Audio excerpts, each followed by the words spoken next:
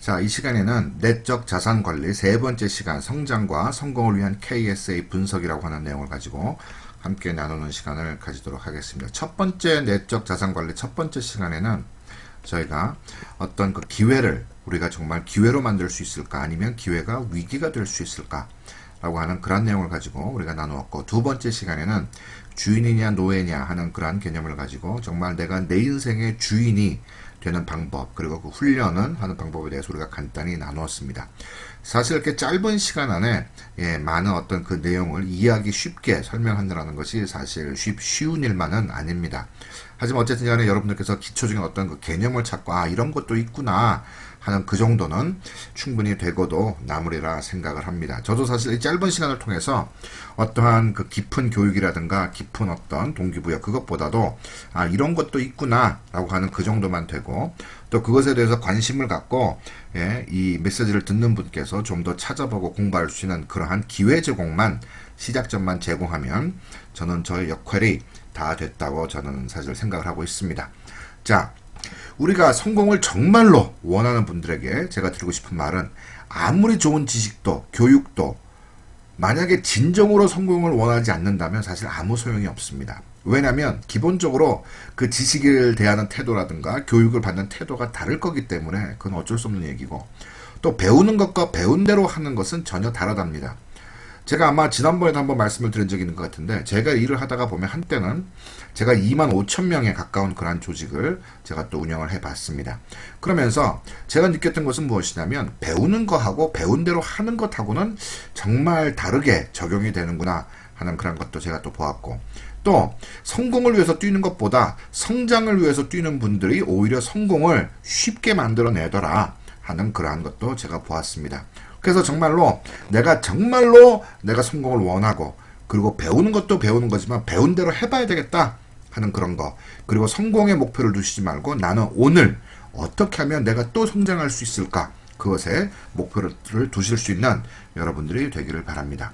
자, 그러면 나는 과연 성장에 필요한 것을 가지고 있는가? 어떤 일을 하고 계십니까? 이를 성취하기 위해 필요한 것들이 뭡니까? 내 목표를 이루어내기 위해서 필요한 것이 과연 무엇인가? 그리고 나는 그것을 성취를 할 수 있는 내 자산을 정말로 가지고 있느냐?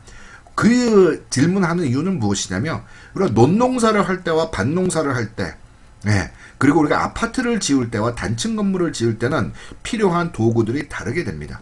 그렇기 때문에 내가 일의 성과를 정말 짧은 기간 내에 내 목표를 이루기 위해서 그것을 극대화할 수 있는 툴, 연장, 도구들을 나는 가지고 있는가 하는 것을 한번 우리가 생각을 해볼 필요가 있겠죠. 그러면서 제가 지난 2시간을 통해서 카니에 대해서 제가 정리를 해봤습니다. 카니라고 하는 건 내적 자산에 대한 품질 관리, 어떤 내가 무엇을 배워야 하고 어떤 습관을 만들어야 하고 또 내가 무엇에 집중해서 어떤 행동을 하여야 되는가, 그것을 통해서 내 내적인 자산, 나의 어떤 지식이라든가 그런 것부터 출발해서 나의 감정까지도 그것을 내가 성공에 필요한 요소로 내가 만들어낼 수 있다. 그것은 지속적인 내적인 품질 관리, 카니가 필요하다. 끊임없는 개발, 훈련이 필요하다라고 하는 그런 내용을 가지고 저희가 얘기를 했습니다. 자, 그러면 오늘 이 시간에는 성공과 어떤 그 성장과 성공을 위해서 KSA 분석을 해봅시다. 그럼 무엇을 배워야 하는가 하는 바로 그런 내용이 되겠죠. 자, KSA는 단순합니다. K는 knowledge, S는 skill, A는 attitude 해서 지식과 기술과 태도, 크게 세 가지로 우리가 나눠 볼 수 있고, 여러분들께서 어떤 업계에 있느냐, 어떤 업종에 있느냐에 따라서 다른 지식이 필요할 수도 있고 다른 기술, 다른 태도가 필요할 수도 있습니다. 어쨌든 이 시간에는 기본적인 KSA에 대해서 어떤 기본적인 개념만 여러분들께서 잡으시면 되리라 생각을 합니다. 자, 예를 들어 보겠습니다. 자, 첫 번째 K knowledge는 예를 들어서 내가 어떤 제품 지식이 필요하다.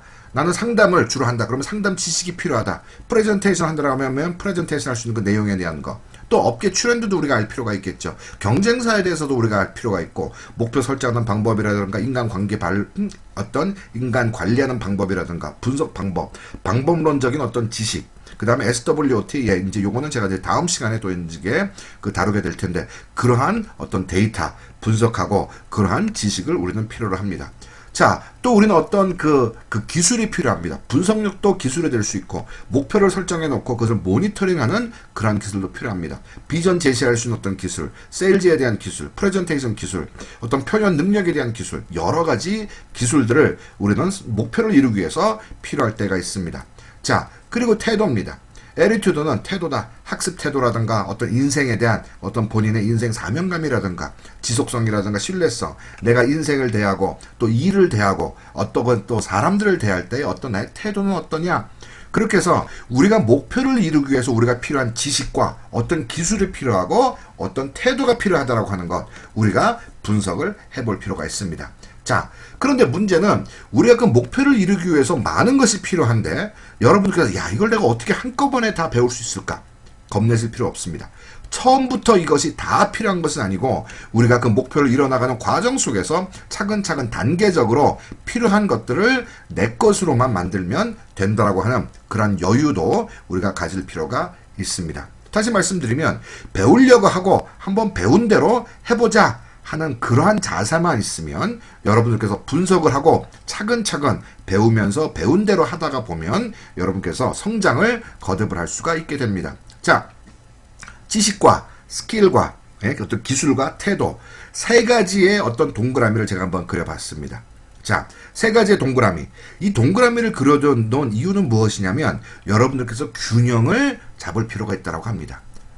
이 균형이 왜 중요하냐? 자, 한번 상상을 해보겠습니다. 지식이 점점 커집니다. 그러다가 보니까 지식의 동그라미가 엄청나게 커졌습니다. 자, 그런 사람들을 보고 저희가 머리만 크다라고 얘기합니다. 아는 건 많아요. 근데 기술이 함께 늘어나지 않다가 보니까 결과가 만들어지지 않습니다.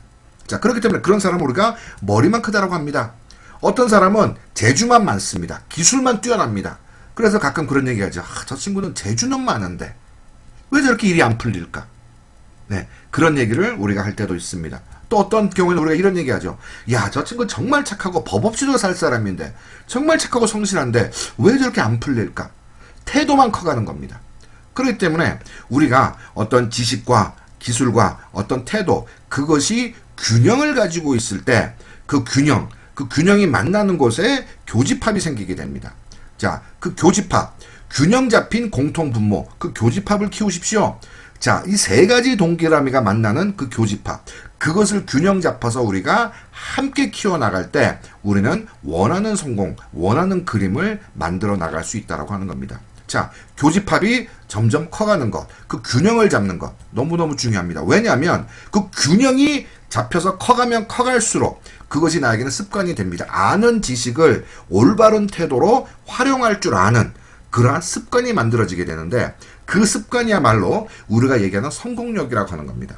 여러분들 아는 것만 많다, 태도만 좋다, 기술만 좋다 가지고는 건 우리가 성공을 만들어낼 수가 없고 그 세 가지가 균형을 잡혀서 함께 커가고 그 공통 분모, 그 만나는 지역, 그것을 내가 습관화시키면 그것을 통해서 나는 올바른 태도로 올바른 지식을 가지고 올바른 기술을 가지고 나는 성공에 한번 제대로 한번 도전을 해볼 수 있다. 그러한 성공력을 우리는 가지게 됩니다. 자, KS의 성공 구조도입니다.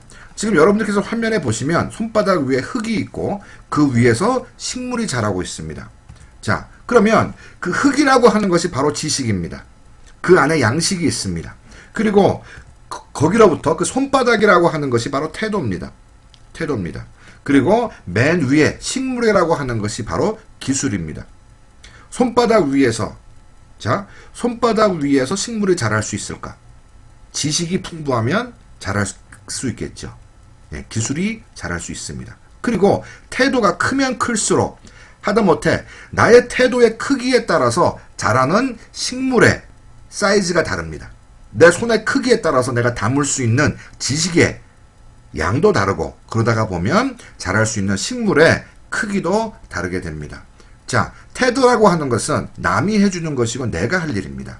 하지만 지식과 기술이라고 하는 것은 여러분들께서 겁낼 것이 없는 이유가 뭐냐면 올바른 태도만 가지고 있으면 제가 아까 말씀드린 것처럼 배우려고 하고 배운 대로 하려고 하는 그런 태도를 출발점으로 해서 교육과 반복을 통해서 여러분들께서 지식은 늘려나갈 수가 있고 교육을 통해서 지식을 늘려나가고 또 반복을 통해서 여러분들은 기술자가 될 수가 있다라고 하는 얘기입니다. 다시 말씀드리면 지식과 기술이라고 하는 것은 시스템 속에서 해결할 일입니다.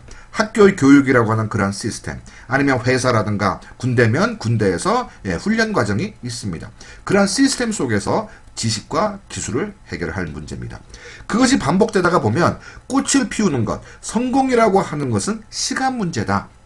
그렇기 때문에 여러분들께서 아까 전에 말씀드렸던 것처럼 이 세 가지의 균형, 손만 커도 필요가 없고 정말 큰 손에 정말 어떤 양식이 풍부한 지식을 정말 많이 담을 수 있고 그 안에서 내가 기술을 식물을 키우다가 보면 성공이라고 하는 꽃이 피우는 것은 시간이 해결할 문제다. 여러분께서 그 구조들을 안다고 하면 제가 농담처럼 그런 얘기를 합니다. 성공은 쉽습니다. 바로 이러한 가장 기초적인 것에 우리가 충실하고 내가 어떻게 하면 내 태도를 더 큰 손을 만들 수 있을까? 어떻게 하면 내 토양, 내 지식이라고 하는 것을 더 영양분 있는 그러한 토양을 만들 수 있을까?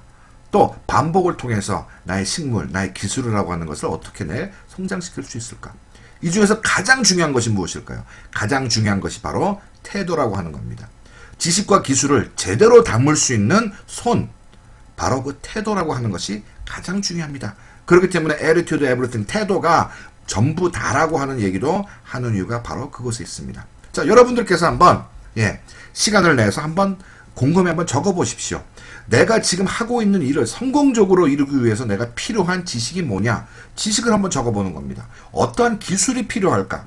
제가 처음에 말씀드렸던 것처럼 여러분들이 하는 일의 성격에 따라서 다른 지식, 다른 기술이 필요할 수도 있습니다. 또한 다른 태도도 필요할 수가 있습니다.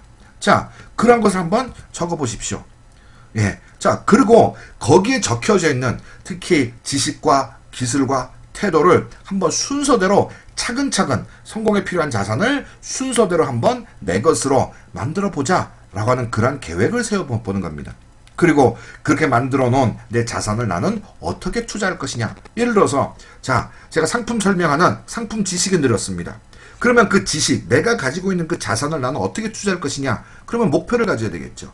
자, 목표에 대한 부분은 제가 또 다른 시간을 통해서 말씀드리도록 하고, 그렇게 내가 만들어 놓은 내 자산, 내 것들, 지식이든 기술이든 태도든 그것을 나는 어떻게 투자할 것이냐, 결과를 만드는 것에 어떻게 투자할 것이냐, 그것을 가지고 고민할 필요가 있습니다. 자, 그렇게 해서 여러분들께서 적었습니다. 자, 내가 필요한 지식, 기술, 태도를 쭉 적었습니다. 자, 그러면 아까 전에 말씀드렸던 것처럼 태도라고 하는 것은 가장 기본이다. 바로 흙과 식물을 담을 수 있는 손과 같다. 그리고 이것은 내가 해결해야 될 문제다. 이것은 사실 누가 가르친다고 될 문제도 아닙니다. 정말 나이든 어른을 두들겨 패서 가르칠 수 있는 문제도 아니고 이것은 내가 해결해야 될 문제다. 자, 그러면 그 부분을 내가 어떻게 하면 되는지 어떤 인성훈련이라든가 아니면 책을 본다든가 명상을 한다든가 아니면 자기 스스로의 마음을 다스리는 그러한 것들, 그리고 또 제가 전 시간에도 말씀드렸던 것처럼 어떤 그 감사의 훈련이라든가 그런 것들을 통해서 나는 나의 태도, 가장 기본적인 것을 내가 만들어 나가면 될 문제다. 자, 그러면 나머지 지식과 기술이 남았습니다. 모든 것을 한꺼번에 내 것으로 만들 수는 없다. 제품입니다. 예를 들어서 우리 회사에 제품이 100가지가 있습니다. 100가지 제품 한꺼번에 내 것으로 그 제품에 대한 지식을 내 것으로 만들 수는 없겠죠. 그렇다고 하면 파레토의 법칙을 적용하여 우선순위를 정하는 겁니다. 파레토의 법칙이 뭐죠? 20, 80의 법칙입니다. 20%의 사람이 80%의 매출을 일으킨다. 한마디로 제가 단순히 예를 들면 여러분들 부엌을 생각을 해보십시오. 부엌에 보면 여러분들 아마 밥그릇, 국그릇, 수저가 있을 겁니다. 가만히 생각을 해보시면 여러분들께서 가지고 있는 부엌에 있는 가재도구들 20%의 가짓수를 80%의 시간에 여러분들 사용하고 있을 겁니다. 그런 것처럼 여러분들께서 어떤 내가 필요한 지식, 내가 필요한 기술, 그것을 내가 분석을 했으면 무엇을 먼저 내 것으로 만들까? 우선순위를 정하는 그 방법은 파레토의 법칙이다. 무엇을 먼저 배워야 빠르게 결과를 만들어 나갈까? 다시 말씀드리면 80%의 결과를 만들어낼 수 있는 20%의 지식을 먼저 배우는 겁니다. 80%의 결과를 만들어낼 수 있는 기술을 먼저 익히는 겁니다. 그렇게 파레토의 법칙을 적용해서 우선순위를 정하시면 되겠습니다. 그런데 쉬운 것은 accountability partner, 책임 파트너가 있으면 더욱 쉽다. 어떤 때는 내가 일을 잘 모르기 때문에 무엇을 먼저 배워야 될지, 어떤 기술을 먼저 익혀야 될지 혼란스러울 때 있습니다. 군대에 처음에 가면 조교가 있습니다. 조교가 무엇을 먼저 배워야 되는지를 순서를 정해서 교육을 시켜줍니다. 자, 그렇기 때문에 시스템이라고 하는 것도 중요한 이유가 바로 거기에 있죠. 순서대로. 책임 파트너가 하는 역할이 바로 그런 겁니다. 이것을 먼저 공부하십시오. 이것을 먼저 연습하십시오. 이것을 먼저 훈련하십시오. 예. 그것을 통해서 책임 파트너가 그 순서를 정해주면 더욱 쉽겠죠. 그리고 내가 정말 제대로 배우고 있는지, 제품에 대해서, 자, 이 제품을 먼저 공부하십시오. 그러면 배웠으면 책임 파트너에게 가서 내가 배운 게 이겁니다. 이게 맞습니까? 다시 한번 검증하고 정말 내가 배운 것이 제대로 배우고 있는지를 점검해 줄 수 있는 그러한 책임 파트너가 있으면 좋겠죠. 그리고 이왕이면 멘토와 책임 파트너가 같은 사람이면 일의 성과를 더 쉽게 만들어 낼 수가 있습니다.